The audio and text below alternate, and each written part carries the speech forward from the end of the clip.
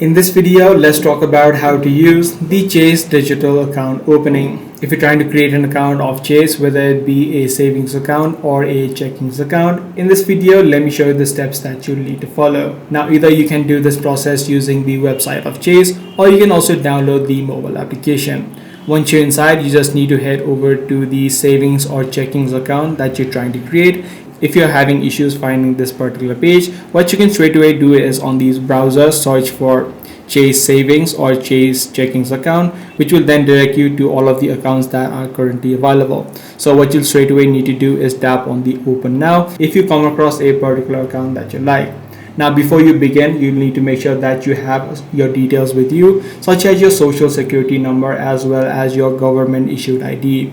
Only if you have these information with you, you'll be able to create an account. In the first step, once you tap on open account, you need to add in your first name, your last name, your date of birth, as well as your social security number. In the next step, you'll need to provide your government issued ID and just follow the on-screen prompts or provide the information that is asked. So this is the exact steps that you can follow in order to create an account of Chase online. If this video was helpful to you, be sure to subscribe. I'm going to see you in the next video.